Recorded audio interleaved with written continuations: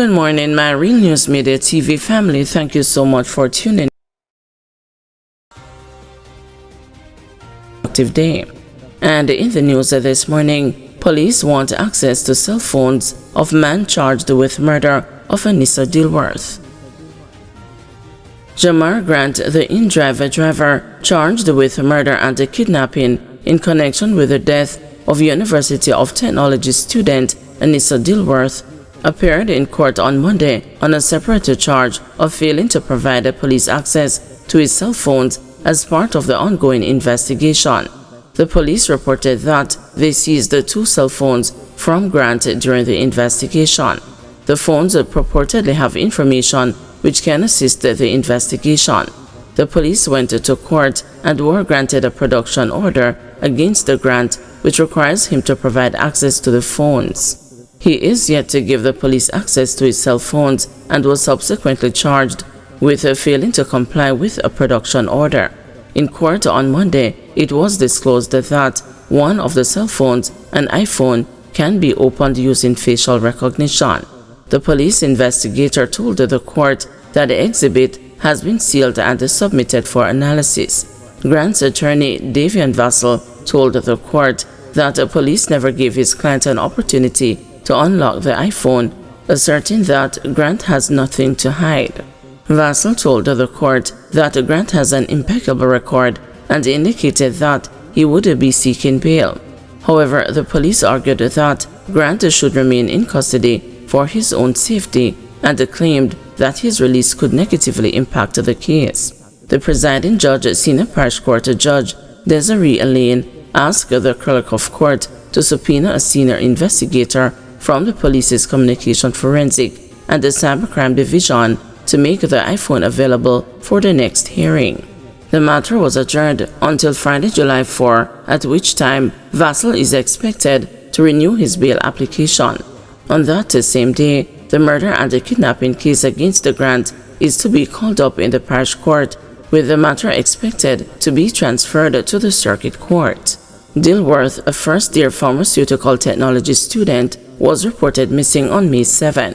Her remains were discovered around 10:45 a.m. on Tuesday, May 17, by a security guard at a beach in Portmore who summoned the police. The scene was processed and the subsequent DNA analysis confirmed the remains to be those of the missing student. Grant was later arrested, interviewed, and charged. Businessman dies in two-vehicle collision in St. Anne.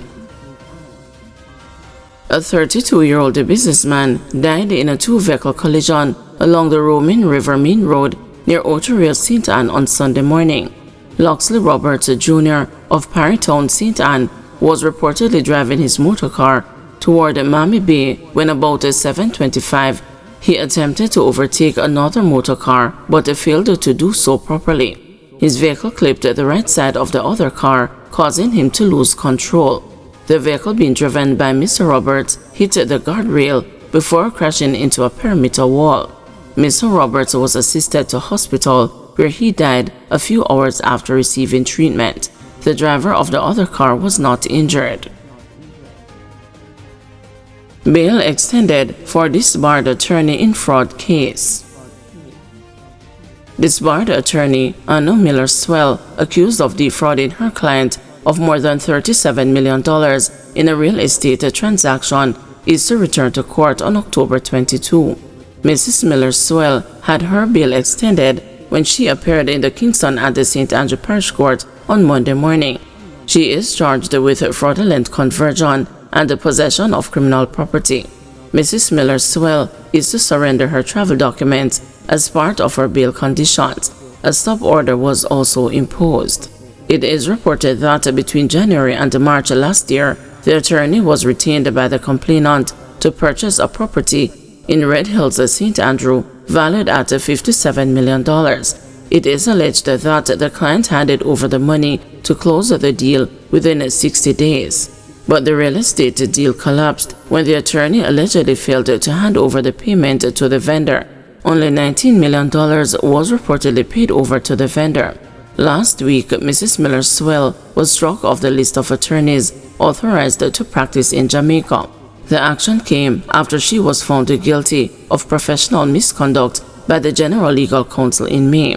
Mrs. Miller-Sewell was also instructed to make a restitution forthwith. KSAMC to release report on alleged corruption and nepotism in sale of lands. Chairman of the Kingston and the St. Andrew Municipal Corporation, Mayor Andrew Swaby, says in the coming weeks the municipality will be making public what he describes as acts of corruption and nepotism in the sale of lands in the corporate area. Speaking at a People's National Party meeting on the weekend, Mayor Swaby said the municipal corporation has been seeking guidance from the Integrity Commission in its investigation into the sale of lands. So that I don't see the Integrity Commission as an enemy. I see them as a friend who is the interest of Jamaica. That's what I see them as. So when we start this process, we do an approval process. What we did, we meet with everybody. I named a three-member team, and I said to them, meet with everybody, including the Integrity Commission. And I can tell you, comrades, within a week or two, we will have those reports out to make it public. That is because here are comrades, and the first government we ever see was so much of them in a building houses. The first government we ever see. First government we ever see. You understand me? And when we see some of the interest, when I see some land where they want to take from the KSAMC and sell it to them friends, private property lands, I said no, no, no. Hundreds of patients affected by staff protest action at Western hospitals. The Union of Technical, Administrative and Supervisory Personnel says medical technicians and other staff at the Cornwall Regional Hospital in St. James and the Savannah Lamar Hospital in Westmoreland will continue their protest action if the Ministry of Health refuses to address long-standing concerns over their welfare and working conditions. The group of protesters include medical technologists, laboratory technical assistants, and the lab attendants at the Cornwall Regional Hospital, along with the medical technologists, health records clerks, and the technicians at the Savannah Lamar Hospital. They protested Monday morning, causing major disruptions to health services. UTAP's president, St. Patrice Ennis, told the news that the union had written repeatedly to the management of the hospitals dating back to July and August 2023 regarding several unresolved issues. These include the non-payment of acting allowances, failure to implement agreed uniform and laundry allowances, delays in confirming permanent appointments, a lack of provision of lab coats for new staff, and the non-implementation of the agreed supper allowance for work between 8 p.m. and 8 a.m. Mr. Ennis said hundreds of patients were affected by Monday's protest action. The status of the situation is that where I am at Cornwall Regional Hospital, approximately 300 patients had to, be turned back as the workers were not on the job. And I don't know the numbers at the other institutions, but we know what the medical technologists do and they are not providing those services at the moment. As to the exact implication and the contingency plan that the hospital has put in place to mitigate that issue, you would have to talk to them about that. But the labs are not functioning at the moment at the three institutions that I have named, and so too is the medical records department at the Savannah Lamar Hospital. So that is what obtains at the moment. Killing of Jamaican mother in New York leaves the kids in limbo. A 40-year-old Jamaican woman, Tamara Rowe, was stabbed to death inside her Bronx apartment on Saturday night, leaving the fate of her two small children in limbo. The children, ages 11 and 2 years old, are currently in the care of the New York Administration of Children's Services, but efforts are being made to have them placed with relatives or a friend of the family. The news understands that a court hearing on the welfare of the children was held on Monday, but the outcome has not been disclosed as the children are underage. The Jamaican consulate in New York told the news that it was aware of the children's situation and was working to resolve the issue in their best interest. In accordance with our duty of care to Jamaican nationals abroad, we are making inquiries regarding the welfare of the children affected by this devastating event, Alshon Wilson, Jamaican's Consul General in New York, told the news in a statement. The consulate indicated that it stands ready to provide all the necessary support, including coordination with the appropriate social services and, where applicable, with the family members. According to the Consul General, the consulate is actively investigating the circumstances surrounding Rose's death and is in close contact with law enforcement authorities to obtain the relevant details. The consulate has also appealed to members of the public with information about the incident to provide such information to law enforcement. Jamaican non-profit organization Leaf of Life is also involved in the matter and is working along with the consulate and the Riverdale Children's Theatre to see about the welfare of the children. Head of Leaf of Life, Jennifer Chalmers, said the priority was to have the children released from ACS and placed in the custody of family members or close family friends. Police and media reports are that Roe was found in her apartment on East 232nd Street in the Wakefield section of the Bronx with stab wounds around 8:35 p.m. on Saturday night. According to police reports, her death stemmed from a domestic dispute.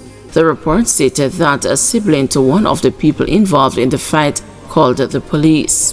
The police further reported that Roe lived in the apartment with her boyfriend and her children. According to news reports on News 12 TV, surveillance footage from the building's security cameras showed Rose's boyfriend running down the stairs and out of the apartment around the time of the incident. Police personnel from the 47th Precinct, who are investigating the killing, said Roe was found with stab wounds to the chest and right arm. She was reportedly covered in blood and was rushed by ambulance to the Montefiore Hospital, where she died of her wounds. The police have not disclosed a motive for her killing. Roe worked for a time in the credit department at the Gleaners North Street, Kingston offices before migrating to the United States. Residents of her Bronx, New York community said that at the time of her death, she was working at a restaurant in the area. The couple lived in 3 East Greater Portmore before they migrated to the U.S. We are in shock. Can't believe the news we got Sunday. Heard from the suspect last week. It appears that frustration made things complicated. A resident of their Portmore community who knew both well told the news. Through the paper's thing, him not really work on everything just went south. They were cool people. He migrated first and she went up with the children afterwards. Roe is the second Jamaican-born woman to die violently in New York City within the past weeks. Tamika Powell, 36 years old, was shot and killed in Brooklyn within the vicinity of the Barclays Center last Wednesday after being shot in the head by a lone masked gunman. Powell leaves 2 daughters, ages 11 and 13 years old. In that case, no arrest has been made. Guys, thanks for watching. Please join us this afternoon at 2 p.m. for another news update.